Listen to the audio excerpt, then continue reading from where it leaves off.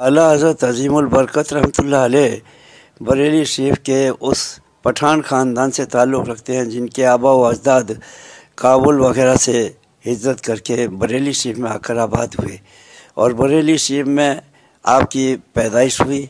यहाँ पर आपकी जब विलादत मुबारक हुई तो उससे पहले आपके वालिद ने सैयद नकी अली ख़ान रहमतुल्लाह अलैह ने ख्वाब देखा और उस ख्वाब की ताबीर जो आप अपने वालिद मोहतरम मौलाना रज़ा अली ख़ान रहमतुल्लाह अलैह से पूछी तो उन्होंने कहा कि घबराने की ज़रूरत नहीं है, तुमसे एक लड़का ऐसा पैदा होगा कि जो कि अरब व अजम सब जगह तुम्हारा नाम रोशन करेगा।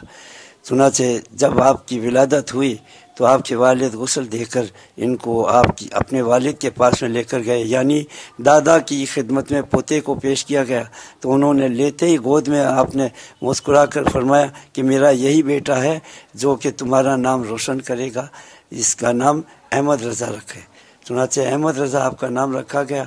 उस्ताद का कहना था कि अहमद रज़ा मैं तुम्हें इंसान को पढ़ा रहा हूँ या कि किसी जिन को पढ़ा रहा हूँ कि इतना पढ़ाने में मुझे वक्त लगता है और आपको पढ़ने सुनाने में कोई वक्त नहीं लगता।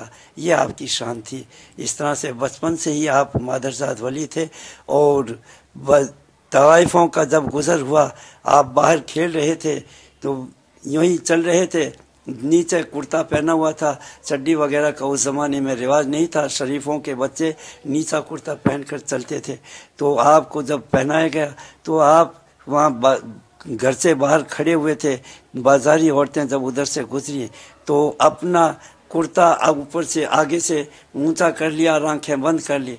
तो तवाइफ़ों में से एक ने कहा कि वाह साहबजादे, आपने अपनी आंखें तो बंद कर ली मगर सतर आपका खुल गया।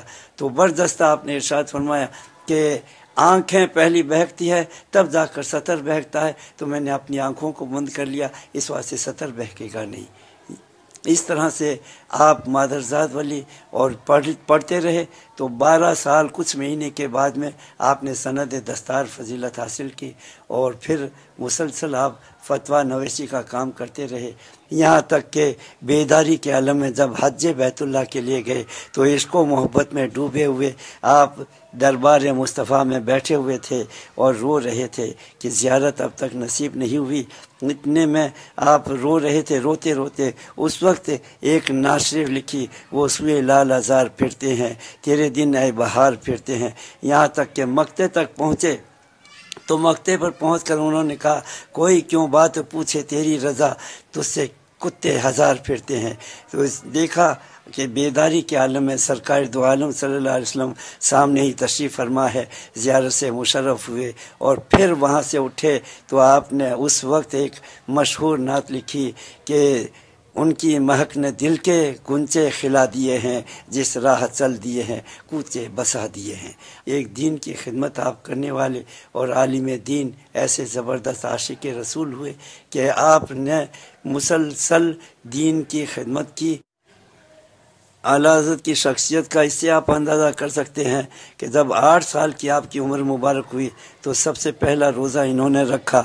उस वक्त आपके वालिद मोहतरम अच्छे मुफ्ती थे और चूँकि वो जानते थे कि मेरा बच्चा ये रोज़े से है तो शरीफ कराने का ये उसूल होता है कि जब कोई बच्चा रोज़ा रखता है पहला रोज़ा तो उस वक्त उसके आबा व अजदाद एहतमाम करते हैं कि आज दूसरे रोज़ेदारों का भी रोज़ा इफ्तार करवाया जाए। इस खुशी के अंदर उनके वालिद ने अपने घर के अंदर खीर के दीवे भर कर रखे कि शाम तक में वो दीवे अच्छी तरह से जम जाए तो उसके बाद में सब का रोज़ा इफ्तार कराएं। जब दोपहर में देखा कि शिद्दत की गर्मी पड़ रही है जिसकी वजह से बच्चा परेशान होता होगा तो उन्होंने दरवाज़ा बंद किया।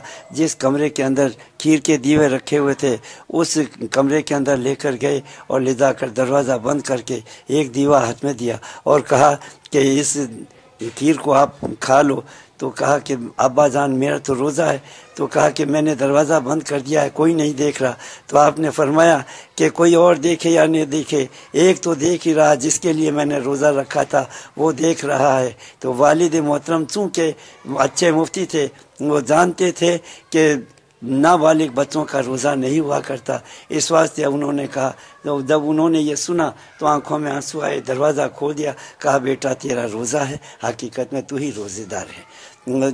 इस तरह से आपने دین اسلام کی ایک خدمت بھی کی، اور روزہ سب سے پہلے آپ نے اس عمر میں بھی آپ نے رکھا، صوم و صلات کے آپ ہمیشہ پابند رہے۔ اعلیٰ حضرت عظیم البرکت عاشق رسول بھی ایسے، یہاں تک کہ آپ کو ایک مرتبہ کسی شامی بزرگ نے بیت المقدس کی سرزمین کے اوپر خواب میں دیکھا کہ اللہ کے پیارے رسول صلی اللہ علیہ وسلم بڑے بڑے جلیل القدر صحابہ کے ساتھ میں تشریف لائے۔ یہ واقعہ 1340 ہجری 25 سفر کا ہے کہ انہوں نے خواب میں دیکھا کہ سرکار دو عالم صلی اللہ علیہ وسلم صحابہ کرام کی کثیر جماعت کے ساتھ میں، اور انبیاء کرام بھی موجود ہے، سب کے ساتھ میں کھڑے ہوئے انتظار کر رہے ہیں کسی کا۔ تو اس شامی بزرگ نے پوچھا آقا کیا کسی کا انتظار ہے؟ کہا ہاں۔ کس کا ہے؟ تو کہا کہ احمد رضا کا۔ آنکھ کھلی، لوگوں سے واقعہ معلوم کیا تو کوئی جاننے والے کی زبان پر آیا کہ اگر احمد رضا سے ملنا ہے تو بریلی چلے جاؤ، بریلی میں ابھی تک وہ زندہ ہیں۔ چنانچہ یہ شامی بزرگ ان کی زیارت سے مشرف ہونے کے لیے بریلی شریف آئے۔